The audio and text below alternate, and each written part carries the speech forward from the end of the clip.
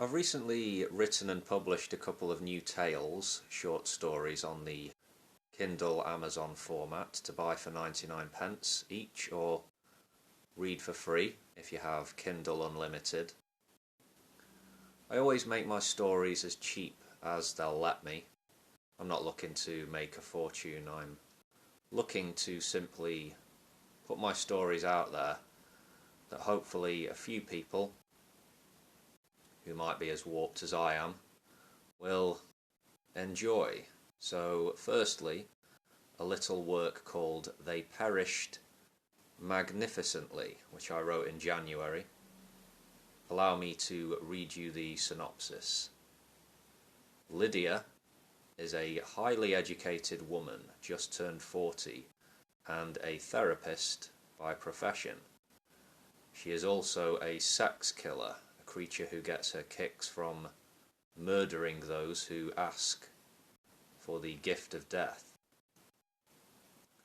Aging detective Chief Inspector Simon Fields and his young colleague Terry Hughes are on the case in this fast-paced tale of depravity and deception.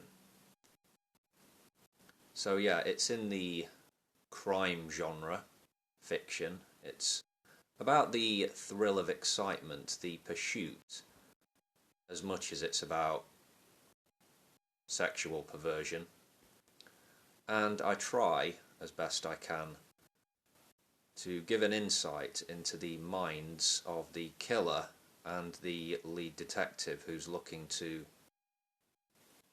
take her down, apprehend her. Perhaps you'll be surprised by the way this one plays out. Okay, the other story, written just a couple of weeks ago, a striking title, I'm sure you'll agree. The Charming Kingdom of Valnapopia. Again, I'll give you the description.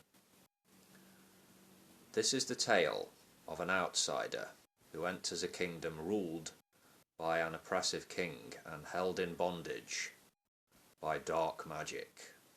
Almost as soon as the stranger arrives, he becomes involved in the affairs of Valnapopia. The man becomes more than a symbol of hope for the common people. He becomes their champion. Will the forces of good triumph over the foul and the wicked?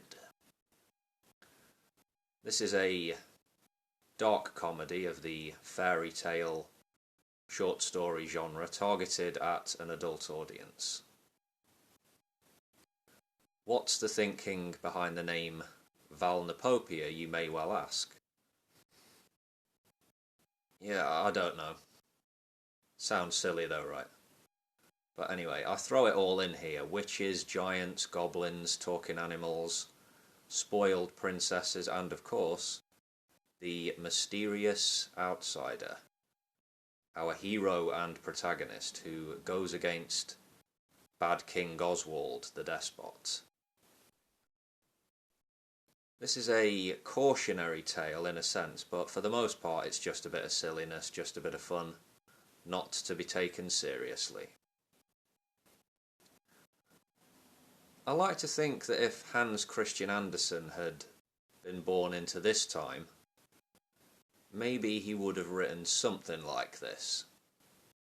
Maybe. He was quite morbid. With both of these stories, I didn't make any rough notes or set out a fixed narrative as such, which I have done with previous works, so these latest projects have been experiments. I tried to challenge myself to do something new, to make up stories from scratch and put them together on the fly, and yes, it is quite tricky, but I found it enjoyable.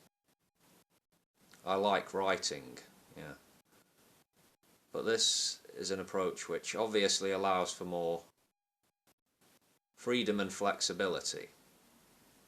Yeah. Alright then. I'll link to these two tales in the description, the Amazon UK pages. If you do choose to read them, please feel free to give me some feedback, criticism. I'm always open to unique insights and the possibility of improvement. Yeah. Very well. Adios, amigos. I will see you next viddy.